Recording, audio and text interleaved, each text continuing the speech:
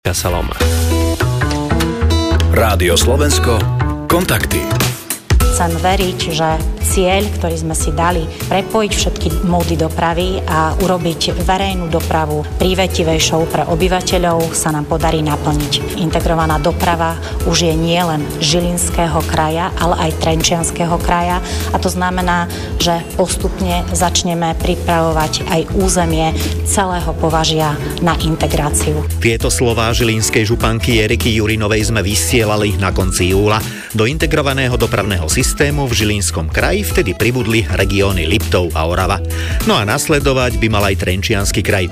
No a takto postupne na jeden cestovný lístok raz v budúcnosti precestujeme celé Slovensko. A to je cieľ, za ktorým je zjednodušenie cestovania, lacnejšie cestovné, ako keby ste si kupovali cestovný lístok u každého dopravcu zvlášť, a okrem toho koordinácia a vzájomná nadväznosť spojov. Integrované dopravné systémy, inde v Európe štandard, sa u nás stále budujú. Spájajú sa dopravcovia, samosprávne kraje. Priláka integrovaná verejná doprava viac cestujúcich? Pýtať sa budeme v dnešných diskusných kontaktoch. Dobrý večer vám želá Ľuboš Kasala. Rádio Slovensko, kontakty. A pýtať sa budeme riaditeľa odboru dopravnej integrácie Bratislavskej integrovanej dopravy Petra Valkyho. Dobrý večer, vitajte v Rádiu Slovensko. Dobrý večer.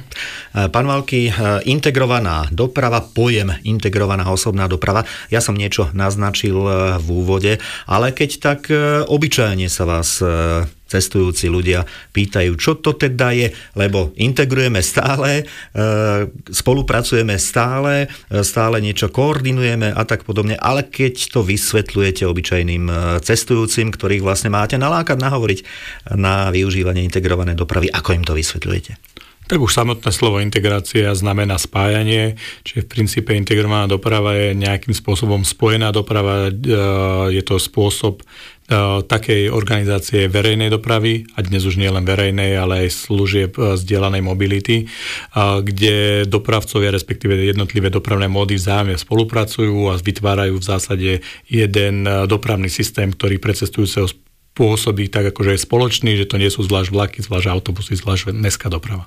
To znamená, že už by sme sa mali dostať, teda časom samozrejme, k tomu dnes len v regiónoch, časom aj na celom Slovensku, že vlastne sa nebudem rozmýšľať, že na ktorého dopravcu v danej trase nastúpim, kúpim si cestovný lístok a budem cestovať. Je tak? V princípe v zásade je to tak. Aký je aktuálny stav integrácie dopravy na Slovensku v porovnaní možno aj s inými krajinami Európskej únie? Bratislavský kraj, Bratislava, hlavné mesto a okolie, tak to je vlastne najstaršia integrovaná doprava na Slovensku? No tak v zásade v porovnaní s nejakou západnou Európou sme možno v tom vývoji trošku akože pozadu, ale každým rokom sa to zlepšuje, táto situácia je na Slovensku. Ako už ste spomenuli, tak v Bratislave vznikol integrovaný dopravný systém v takej plnohodnotnej forme v roku 2013, postupne sa rozšíril na celé územie kraja a už čiastočne aj Trnavského, susedného kraja, a zároveň do Rakúska na linke do Hainburgu. A čo sa týka iných krajov, tak v podobnom štýle funguje aj integrovaný dopravný systém nazývaný IDS Plus v Žilinskom kraji, ktorý teraz pokrýva celý Žilinský kraj, a ako bolo spomenuté v tej prednahrávke, tak sa v budúcnosti bude rozširovať aj na Trenčiansky. Na východnom Slovensku funguje spoločný integrovaný dopravný systém IDS Východ, v ktorom sú zapojení Prešovský a Košický kraj. Zatiaľ majú do systému zapojenú iba regionálnu autobusovú dopravu, počíta sa ďalej s mestskými dopravami v jednotlivých mestách a so železnicou, a podobne na tom Banskobystrický kraj, kde tiež je nejakým spôsobom zintegrovaná tá regionálna autobusová doprava, a tiež sa ďalej rokuje o zapájaní mestskej dopravy a železnice. Otvorený nám v zásade ostane teraz už iba Nitriansky kraj, ktorý sa tiež nejakým spôsobom na to chystá. Áno, to som sa práve chcel spýtať, teda Nitriansky kraj, Trnava už bola spomenutá, že teda robia sa kroky na to, aby sa pripojila k bratislavskej integrovanej doprave, áno, je tak? A tak v Trnave spravili spoločné predplatné lístky pre regionálnu autobusovú dopravu v rámci kraja, tie tam už fungujú, myslím, že 2 roky, a momentálne sa rokuje s Trnavským krajom o budúcej spolupráci a nastavení nejakej formy, a pár dní dozadu sme podpísali ako spoločnosť zmluvu s mestom Trnava, kde tiež budeme nejakým spôsobom pripravovať zapojením trnavskej mestskej dopravy do integrovaného dopravného systému nášho. Takže tieto integrované systémy, ktoré na Slovensku fungujú, tak samozrejme sú dobrým základom na to, aby sa zaviedol teda ten nejaký jednotný národný cestovný lístok. Takže predpokladáme, že z vašich skúseností, zo skúseností kolegov aj z iných krajov sa bude vychádzať. Aké výhody má priniesť cestujúcim tento národný cestovný lístok? Tak výhoda národného cestovného lístka bude v tom, že cestujúci bude môcť cestovať prakticky naprieč Slovenskom na jeden lístok cieľa zo zdroja cesty niekde na východnom Slovensku, tuto do Bratislavy, alebo de facto vlastne pri ľubovoľnej trase a bude môcť využiť služby všetkých dopravcov, ktorí budú do neho zapojení a pokiaľ dobre viem, tak malo by to fungovať tak, že buď si naplánujete dopredu cestu a keby vám náhodou počas tej cesty niečo do toho prišlo a došlo by k nejaké zmene, tak napriek tomu ten lístok môžete využiť ďalej na cestovanie až do toho cieľa, bez ohľadu na to, že sa vám nejakým spôsobom zmení ten spôsob cesty, či už vo forme dopravcu, vo forme konkrétneho spojenia. My síce hovoríme, alebo používame pojem cestovný lístok, ale už asi nepôjde, alebo možno v minimálnom množstve, že by to bol naozaj že papierový nejaký ústrižok alebo lístok, už to bude asi elektronická forma nejaká. Národný lístok sa plánuje už iba v elektronickej forme a to buď na nejakej dopravnej karte alebo formou mobilnej aplikácie, v ktorej si ten lístok zakúpiť. To znamená, že predpokladáme, že sa bude nejakým spôsobom alebo sa budú zjednocovať nejakým spôsobom aj systémy, ktoré fungujú v jednotlivých regionálnych dopravných systémoch, pretože predsa len každý to máte trošku inak? Národný lístok sa plánuje na taká nadstavba na tie regionálne systémy, čiže ten by mal fungovať podobne ako súčasné tie regionálne, ale na trošku takej spoločnej báze. Bratislavská integrovaná doprava, ako som už spomínal, je vlastne najstarší integrovaný dopravný systém v rámci Slovenska. Keď sa zostavoval, budoval, aké najväčšie problémy bolo treba nejakým spôsobom vyriešiť pri zostavovaní systému? Boli to dopravné problémy, finančné, napríklad dohoda o delení tržieb a podobne? Tak určite jedným z tých dôležitejších bola tá ekonomika, lebo každý sa jednak mal veľké očakávania a zároveň sa obával, že koľko to celé bude stáť. Ale myslím, že sme to nejakým spôsobom úspešne zvládli. Zaviedli sme v prvej etape najskôr tie predplatné cestovné lístky, potom sa do toho zapojili všetky jednorazové a keď bolo naozaj preukázané, že ten systém je nejaký stabilný, tak sa začali robiť aj ďalšie tie dopravné infraštruktúrálne veci následne. Keď sa pripravoval integrovaný systém v Bratislavskom kraji, tak samozrejme kolegovia, odborníci, asi aj vy ste chodili sa napríklad pozerať, vnímať skúsenosti aj do Českej republiky. Čo sa tak hovorilo vtedy, alebo teda ktoré také tie veci ste si brali? Pretože aj v Čechách samozrejme majú, keď už teda spomíname Českú republiku, rôzne dopravné systémy, pražská integrovaná doprava. Ak sa nemýlim, tak Bratislava si zobrala trošku príklad z Brna a z brnenskej integrovanej z tohto systému Jihomoravského kraja. Keďže to Brno nám bolo geograficky aj nejak tak pracovne najbližšie, tak inšpirovali sme sa primárne teda tým brnenským regiónom.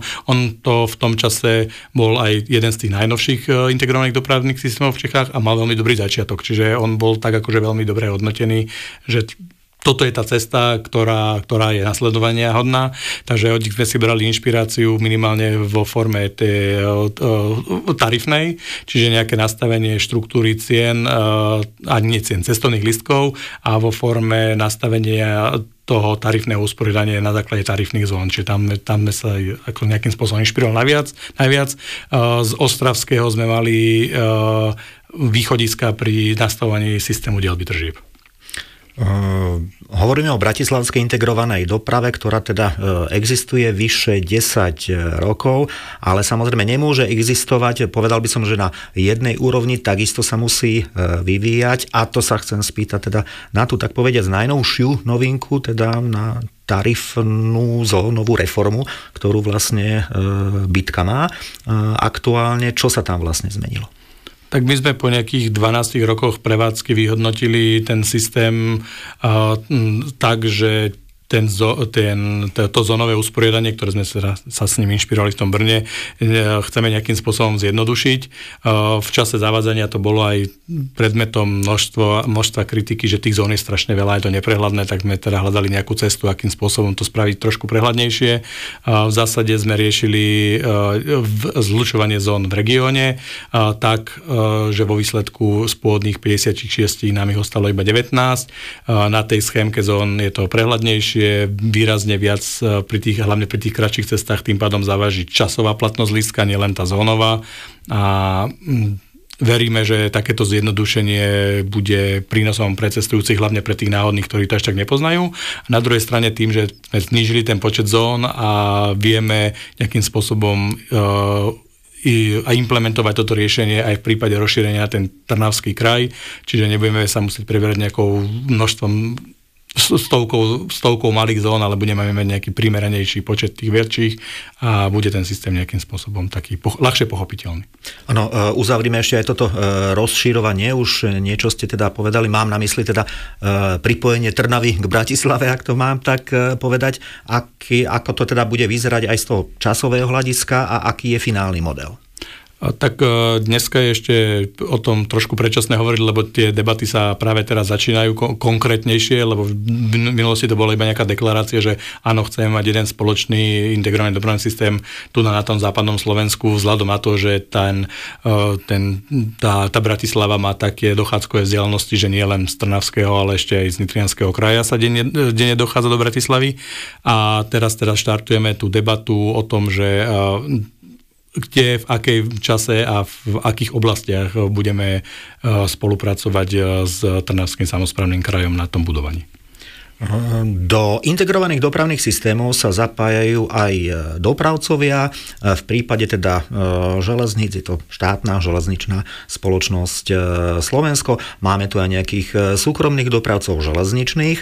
Autobusoví dopravcovia sú v podstate všetci súkromní, takže takisto sa zapájajú do integrovaného dopravného systému. Takže to je asi možno jasné, by som povedal, ale je systém, alebo sú systémy pripravené na to, aby prijímali aj iných, možno menších dopravcov, verejných myslím, ktorých nie je až tak veľa, neviem, či vôbec nejakí existujú, podobne ako v Česku existujú rôzni menší verejní dopravcovia, ako je to u nás. Teda sú tam len tí veľkí, alebo je to pripravený systém aj prípadne prijať nejakých menších? Tak my sme pripravení prijať prakticky kohokoľvek, kto bude na našom území pôsobiť a budeme chcieť a vedieť s nami spolupracovať. Ten rozdiel v tom, že v Čechách majú viacero dopravcov zapojených a my menších a my máme niekoľko málo veľkých, vychádza len z toho, akým spôsobom prebiehala privatizácia jednotlivých podnikov alebo závodov spoločného ČSAD, kým v Čechách skôr ich odpredávali po tých jednotlivých závodoch, tak u nás sa spojilo viacero závodov do väčších podnikov a tým pádom v tomto je ten rozdiel.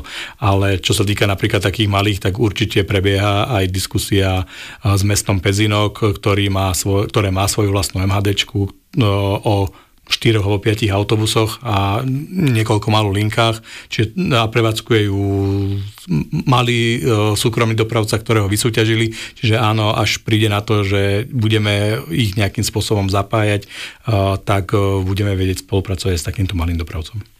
S akými takými možno aj technickými prekážkami sa boríte, keď teda potrebujete zintegrovať vlastne aj rôzne tarifné systémy alebo IT platformy. Zrejme možno aj niekto musí v úvodzokách ako ustúpiť. Určite áno, tak na začiatku v čase vzniku sme to riešili všetko viac menej na čipových kartách, čiže muselo prísť k tomu, aby tie karty vedeli čítať všetci dopravcovia navzájom, lebo však každý mal nejakým svojím spôsobom tie karty nastavené, museli sa tam zjednotiť tarify, museli sa zjednotiť číselníky, museli sa vytvoriť sa úplne nová ponuka cestovných lístkov, tak aby tá stará vedela dožiť a tá nová tam vedela fungovať, čiže toto sme museli nejakým spôsobom všetko mať premyslené, nastavené a potom sa to mohlo až spustiť celé von. No a potom vlastne je tu organizačná stránka alebo dopravná stránka integrovanej dopravy a teda to je organizácia dopravy. Teraz mám na mysli grafikonov cestovných poriadkov tak, aby vlastne cestujúci nepocítil, keď sú nejaké problémy, napríklad problémy zmeškaných spojov v rámci jedného lístka a tak podobne. Čiže aj vy napríklad bratislavskej integrovanej dopravy, v doprave kolegovia takisto máte teda dispečing, ktorý vlastne sleduje pohyb verejnej dopravy a riešite, ak sú nejaké problémy. Aby teda tie prestupy boli garantované. Tak Bratislavská integrovaná doprava ako organizátor v našom prípade kompletne plánuje a manažuje regionálnu autobusovú dopravu, to znamená, že tvoríme cestovné poriadky, zároveň potom aj dohliadame na to, aby tie autobusy jazdili podľa tých cestovných poriadkov a tak ako majú. Máme v nastavených pracovných dňoch 1500 nadväzností, ktoré dispečing sleduje. Sú to nadväznosti, kedy autobus čaká k vlaku.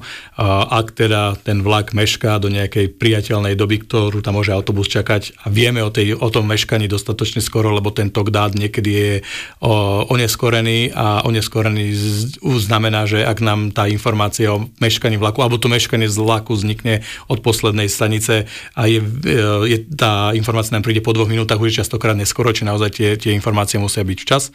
A keď ich teda máme včas, tak my tie autobusy štandardne podržiavame, aby tí cestujúci sa dostali do tej svojej cesty, do toho svojho cieľa. No a samozrejme, okrem pohodlnosti, rýchlosti, tak cestujúceho zaujíma pochopiteľne aj cena cestovného. Naozaj teda to platí, že keď si kúpim integrovaný cestovný lístok, tak vlastne sa odveziem lacnejšie, ako keby som si kupoval jednotlivé cestovné lístky u dopravcov, u ktorých teda vozidiel, alebo ktorých vozidiel na vozidlách cestujem.